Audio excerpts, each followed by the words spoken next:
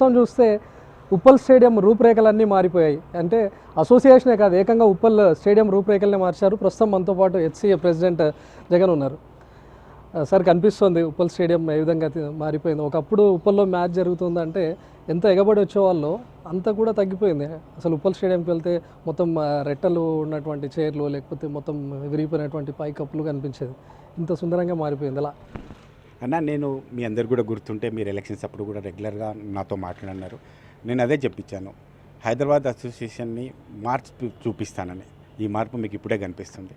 నేను వచ్చిన ప్రతి కొన్ని రోజుల్లోనే ఖచ్చితంగా హైదరాబాద్ క్రికెట్ అసోసియేషన్కి నెక్స్ట్ లెవెల్ తీసుకెళ్ళి, అంతేకాకుండా ఇంతకుముందు హైదరాబాద్ క్రికెట్ అసోసియేషన్ ఏదైతే గ్లోరీ ఉండేదో, ఏదైతే లెగసీ ఉండేదో అది కంటిన్యూస్ చేసి చూపిస్తాను.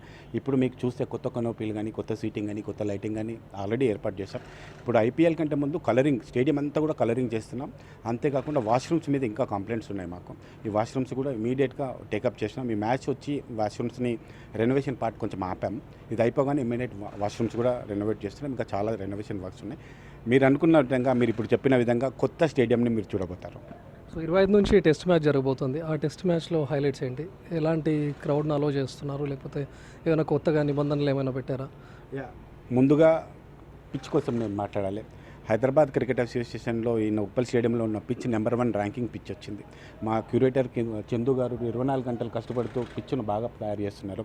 అయితే ఈ మ్యాచ్లో ఈ మ్యాచ్ ఖచ్చితంగా ఒక మంచి మ్యాచ్ని, ఒక అద్భుతమైన మ్యాచ్ని మన హైదరాబాద్ క్రికెట్ అసోసియేషన్ ద్వారా ఆడిపించాలనే ముఖ్య ఉద్దేశంతో పిచ్ బాగా తయారు చేశాం.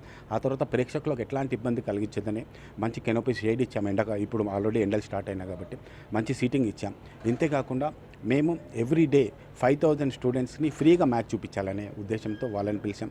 26 జనవరి ఏదైతే రిపబ్లిక్ డే జరుగుతుందో ఆ రోజు మిలిటరీ పర్సన్స్ని, సర్వీసెస్లో ఉన్న వాళ్ళందరూ కూడా ఫ్యామిలీలతోటి మినిమం 2-3,000 మెంబర్స్ని వాళ్ళని ఇన్వైట్ చేసి వాళ్ళకి ఒక గిఫ్ట్ కింద మ్యాచ్ చూపించాలని అనుకుంటున్నాం. ఇట్లాంటి కొత్త కొత్త ఇన్నోవేషన్స్ ఏవో చేయాలని ప్రయత్నం చేస్తున్నాం.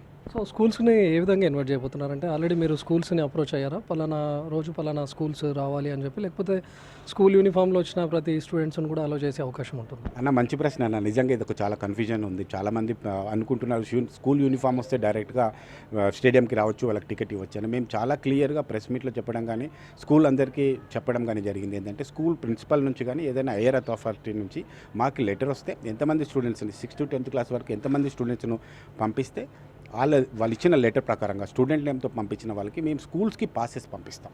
ఆ స్కూల్కి పాసెస్ తీసుకుని వాళ్ళు యూనిఫామ్తో అండ్ ఐడి కార్డుతో లోపలికి వచ్చి ప్రతి 100 మెంబర్స్కి ఒక 5 to 6 మెంబర్స్ టీచర్స్ని కూడా అలో చేస్తాం.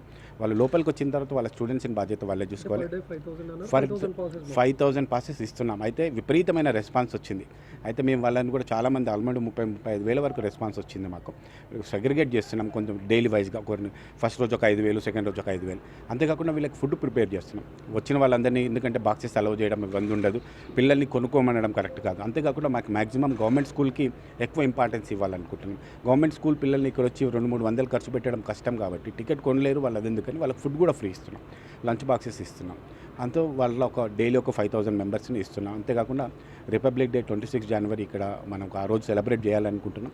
బీసీసీఐ నామ్స్ ప్రకారంగా ఏదైతే మనకు పాసిబిలిటీ ఉందో ఆ రోజు కొంచెం సెలబ్రేట్ కూడా చేయాలనుకుంటున్నాం. గతంలో ఉప్పల్ స్టేడియం కెపాసిటీ అంటే కేవలం నెంబర్లో మాత్రమే కనిపించేది. ఇక్కడ చూస్తేనేమో చైర్స్ ఉండకపోవడం, కొన్ని చోట్ల ఖాళీ ప్లేస్ ఉండడం, ఉన్నటువంటి ప్లేస్లో కూడా అక్కడే కూర్చొని చూడడం.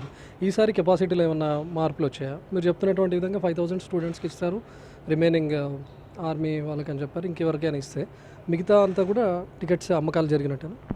యాజ్ పర్ నామ్స్ ప్రకారంగా ఇక్కడ మనకి 39,000 నుంచి 40,000 సీటింగ్ కెపాసిటీ ఉంది. 39,000 to 40,000 సీటింగ్ కెపాసిటీలో మ్యాక్సిమం సీట్స్ అంతా కూడా సేల్ చేయాలని చూస్తున్నాం.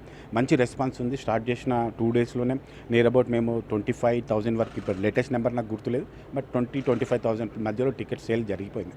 ఇంకా ఎవ్రీడే టికెట్ పెరుగుతూ ఉంది. 99% స్టేడియం ఫుల్ అవుతుందని అనుకుంటున్నాం. వర్కింగ్ డే రోజు మేబీ కొంచెం స్లో ఉన్నప్పటికీ కూడా మిగతా హాలిడేస్ కంటే కంటిన్యూగా 3 హాలిడేస్ వచ్చాయి మనకి. ఈ హాలిడేస్లో మంచి క్రౌడ్ ఉంటుందని ఎక్స్పెక్ట్ చేస్తున్నాం. ఉప్పల్లో మ్యాచ్ అంటే ఎంత ప్రతిష్టాత్మకంగా ఉండేదో, టికెట్ల విషయానికి వస్తే ఒక పెద్ద గందరగోళం ఉండేది. కానీ సార్ టెస్ట్ మ్యాచ్ కాబట్టి అంత గందరగోళం లేకపోయినా టికెట్ల విషయంలో ఎలాంటి జాగ్రత్తలు తీసుకున్నారు మీరు? ముందుగానే ఆన్లైన్ టికెట్స్ మళ్ళీ స్టార్ట్ చేశాం. ఖచ్చితంగా నామ్స్ ప్రకారంగా ప్రింటెడ్ టికెట్స్ కూడా ఇవ్వాలి. జిమ్ఖానా స్టేడియంలో ప్రింటెడ్ టికెట్స్ని 21st నుంచి ఎవరైతే ఆన్లైన్లో బుక్ చేసుకున్న వాళ్ళకి, లేదంటే డైరెక్ట్గా కౌంటర్లో కొనుక్కున్న వాళ్ళకి కూడా 21st నుంచి టికెట్స్ అవైలబుల్ ఉంటున్నాయి. ఈసారి వీలైనంత వరకు కూడా మీరు అన్నట్టుగా టెస్ట్ మ్యాచ్కి కొంచెం తక్కువనే రెస్పాన్స్ ఉంటుందని అనుకున్నాం, కానీ అంతకంటే మేము ఎందుకు ఎక్స్పెక్ట్ చేసిన దానికంటే మంచి రెస్పాన్స్ ఉంటుంది. దాంట్లో భాగంగా ఎందుకంటే టికెట్ రేటింగ్ కూడా చాలా తగ్గించాం. ఒక నార్మల్ పర్సన్ గ్రౌండ్లో వెళ్ళి చూడాలన్నది ఎవరికైనా కోరిక ఉంటుంది. నేను కూడా స్కూల్లో ఉన్నప్పుడు ఖచ్చితంగా ఒక్కసారైనా మ్యాచ్ చూడాలి, ప్లేయర్స్ని నాకు ఇష్టమైన ప్లేయర్స్ టెండూల్కర్ లాంటివన్నీ గ్రౌండ్లో చూడాలని అనుకున్నాం. అదే ఉద్దేశంతో రేటు తగ్గించి వీలైనంత ఎక్కువ మందిని స్టేడియంని పిలిపించి వాళ్ళతో మ్యాచ్ చూపించాలని అనుకుంటున్నాం. చూద్దాం ఎలా ఉంటుందో. Sir what out HCA sir? గతంలో హెచ్సిఏ అంటే హైదరాబాద్ క్రికెట్ అసోసియేషన్ పేరు కంటే హైదరాబాద్ మోస్ట్ కరప్షన్ అసోసియేషన్గానే పేరు సంపాదించింది. ఇప్పుడు స్టేడియంకే కాకుండా హెచ్సిఏకి కూడా పునర్వైభవం రాబోతుందా? వచ్చినట్టేనా? మీరు కూర్చుంది కూడా ఒక పెద్ద ముళ్ళ కుర్చీ. ముళ్ళ కిటీరము ముళ్ళ కుర్చీ అని నేను అనను, బట్ ఇక్కడ ఛాలెంజెస్ చాలా ఎక్కువగా ఉన్నాయి. ఛాలెంజెస్ ఇంతకు ముందుకు ఏదైతే అపెక్స్లో చిన్న చిన్న వాళ్ళ మధ్యలో ఇష్యూస్ ఉండేవి, బట్ నా అదృష్టం ఏంటంటే అపెక్స్లో 6 మెంబర్స్ ఏదైతే గెలిచినామో అందరం కలిసి పనిచేస్తున్నాం. మీరు రోజు ప్రెస్లో చూస్తే మా 6 ఫోటోలు ఎప్పుడు కనిపిస్తున్నాయి.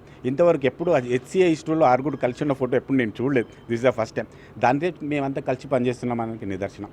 మేము నిజంగా కూడా ఇక్కడ ఈ మ్యాచ్కి సంబంధించిన బాధ్యతలు అందరినీ డిస్ట్రిబ్యూట్ చేసుకున్నాం. ఎవరు మేము రెస్పాన్సిబిలిటీ తీసుకోవాలి, వాళ్ళ ప్రకారంగా చేస్తున్నారు. ఎస్, కరప్షన్ కోసం పాత బాడీలో మీద చాలా కంప్లైంట్స్ ఉన్నాయి, కేసెస్ ఉన్నాయి. మేము మా 3 years కంప్లీట్ అయ్యేంత వరకు ఒక్క కరప్షన్ కేసు కూడా మా మీద ఉండదని కోరుకుంటున్నాం. అట్లాంటి దానికి అవకాశమే ఇవ్వం. ఖచ్చితంగా మాకు అవకాశం తీసుకోము, మాకు అవసరం కూడా లేదు. ఫండ్స్ ఏమైనా మిగిల్చారా సార్? మొత్తం ఊడ్చేశారు. ఫండ్స్ ఇంకా చాలా రావాలి. ఖచ్చితంగా హెచ్సిఏకి మంచి ఫండ్సే ఉన్నాయి, బట్ పాత 5-6 years నుంచి ఆడిట్ రిపోర్ట్ కంప్లీట్ అవ్వలేదు కాబట్టి ఇంకా మాకు బీసీసీఐ నుంచి ఒక 150-200 crores రావాలి. అది వస్తే మేము స్టేడియం రెనోవేషన్లో, అంతేకాకుండా కొన్ని డిస్ట్రిక్ట్స్లో కూడా స్టేడియంస్ కట్టాలనుకుంటున్నాం. ల్యాండ్ కొని ఆ పనులలో ఉన్నాం. డబ్బులు వచ్చినాక ఆలోచిస్తాం. మరి ఈ మ్యాచ్ సరౌండింగ్స్లో కూడా పార్కింగ్లో కాస్త ఇబ్బందికరమైన వాతావరణం ఉండేది అటు సైడ్ ఫినిక్స్ వాళ్ళ ల్యాండ్ అక్కడ. సో ఈసారి పోలీసుల సహకారం ఎట్లా ఉండబోతుంది? రిమైనింగ్ అరేంజ్మెంట్స్ ఎట్లా ఉంటున్నాయి? సిపి గారు కైండ్ అయిన ఫండి సుధీర్ బాబు గారు మొన్న వచ్చి రెక్కి చేశారు. వారికి కొన్ని సూచనలు కూడా చేశారు. వారు ఇచ్చిన సూచనల ప్రకారం అన్నీ మేము పాటిస్తున్నాం. పక్క గ్రౌండ్స్ అందరూ కూడా సపోర్టివ్గా ఉన్నారు. వాళ్ళకి కావాల్సిన అన్నీ కూడా డిస్కస్ చేశాం.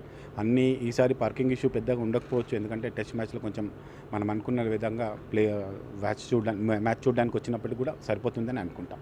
పర్ డే ఎంత ఎక్స్పెక్ట్ చేస్తారు? మినిమం 20,000-30,000 ఎక్స్పెక్ట్స్ క్రౌడ్ ఉంటుందని అనుకుంటున్నాం. సార్ ఇందాక మీరు చెప్పినట్టుగానే చాలామంది ఒక గందరగోళానికి గురవుతున్నారు. యాజ్ ఏ హెచ్సిఏ ప్రెసిడెంట్గా మీ సూచన, చాలామంది స్కూల్స్కి ఇన్వైట్ చేశారు అనగానే ఆ రోజు చాలామంది స్కూల్ బస్సులు వేసుకొని వచ్చే అవకాశం కూడా ఉంటుంది. స్కూల్లోకి అంత స్థాయిలో కూడా మెసేజ్ వెళ్ళలేదు. కొంతమంది స్కూల్ స్టూడెంట్స్ ఆ రోజు స్కూల్కి వెళ్ళకుండా కూడా డైరెక్ట్ మేము స్టేడియంకి వెళ్తే అలో చేస్తారేమో అనుకునే పరిస్థితిలో ఉన్నాయి. అటు స్కూళ్ళకి కానీ లేకపోతే స్టూడెంట్స్కి కానీ మీరు ఇచ్చే సూచన? అది నిజంగా కొంచెం కన్ఫ్యూజన్ ఇష్యూ ఉంది అని వేరే వాళ్ళు అంటున్నారు, బట్ మాకు ప్రత్యేకంగా ఏం జరగలేదు. ఎందుకంటే చాలా స్కూల్స్ నుంచి మాకు లెటర్స్ వచ్చినాయి. వాళ్ళకి వచ్చినప్పుడు కానీ మేము ప్రెస్ ముఖంగా మిమ్మల్ని కూడా మేము రిక్వెస్ట్ చేసేదంటే, దయచేసి స్కూల్ స్టూడెంట్స్ ఎవరు కూడా డైరెక్ట్ స్టేడియంకి రావద్దు. మీ స్కూల్ ప్రిన్సిపల్ నుంచి మాకు లెటర్ వస్తేనే మేము పాసులు మీ స్కూల్కి పంపిస్తాం. ఇక్కడ పాసులు ఇవ్వడం కానీ టికెట్స్ ఇవ్వడం కానీ లేదు. టికెట్స్ కానీ పాస్ కానీ లేకుండా స్టేడియంకి ఎవరిని అలౌ చేయరు. మీ పాసెస్ను మీ స్కూల్స్కి పంపిస్తాం. స్కూళ్ళలో మీ ప్రిన్సిపల్ నుంచి మాకు లెటర్ వస్తే ఆ పాస్ తీసుకొని స్టేడియంకి మీ స్కూల్ త్రూ రండి. Thank you. సో మొత్తానికి ఉప్పల్ స్టేడియంకి పునర్వైభవం వచ్చింది. ప్రస్తుతం మనం వెనకవైపు చూస్తుంటే కూడా కనిపిస్తుంది.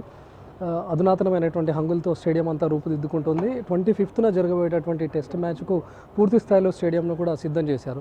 ఈ 25th నుంచి జరగబోయేటటువంటి టెస్ట్ మ్యాచ్కు స్కూల్ స్టూడెంట్స్కు దాదాపు 5,000 మందికి పర్ డే చొప్పున ఫ్రీగా లోపలికి అలో చేస్తామని చెప్తున్నారు. ఆ స్కూల్స్కి కూడా ముందుగానే మేము ఏ స్కూల్స్ ఏ రోజు రావాలనేది షార్ట్ లిస్ట్ చేసామని చెప్తున్నారు. 5,000 మందికి కూడా ప్రత్యేకంగా పాస్లు ఇస్తాం. ఆ పాస్లు ఉన్నటువంటి వాళ్ళకి మాత్రమే లోపలికి ఎంట్రీ ఉంటుందని చెప్తున్నారు. చాలామందిలో ఒక కన్ఫ్యూజన్ కూడా ఉంది. స్కూల్ స్టూడెంట్స్కి అలో కాబట్టి మేము కూడా వెళ్ళొచ్చామో, లేకపోతే స్కూల్ యూనిఫామ్లో అక్కడికి వెళ్ళొచ్చా, లేకపోతే స్కూల్ యూనిఫామ్లో వెళ్తే అలో చేస్తారని. కానీ ఎవరికైతే పర్టికులర్గా ఆ స్కూల్ స్టూడెంట్స్ని ఆ రోజు రమ్మని చెప్పారో ఆ స్కూల్స్ మాత్రమే లోపలికి రావాలి. వాళ్ళకు కూడా ప్రత్యేకమైనటువంటి పాసెస్ ఇస్తామని చెప్తున్నారు. ఈ స్కూల్ స్టూడెంట్స్తో పాటు రిటైర్డ్ ఆర్మీ వాళ్ళకు ఫ్రీగా ఇక్కడ సీటింగ్ కల్పించబోతున్నారు. సో మొత్తానికి ఇక్కడ జరగబోయేటటువంటి టెస్ట్ మ్యాచ్ను ఒక సవాల్గా తీసుకున్నారు. ఎందుకంటే హెచ్సిఏ ప్రెసిడెంట్గా జగన్మోహన్ ఎన్నికైన తర్వాత జరుగుతున్నటువంటి మొదటి మ్యాచ్ అటు ఉప్పల్ స్టేడియంకి కాదు, ఎంటైర్ హైదరాబాద్ క్రికెట్ అసోసియేషన్కు కూడా పునర్వైభవం తీసుకొని వస్తానని చెప్తున్నారు హెచ్సిఏ ప్రెసిడెంట్.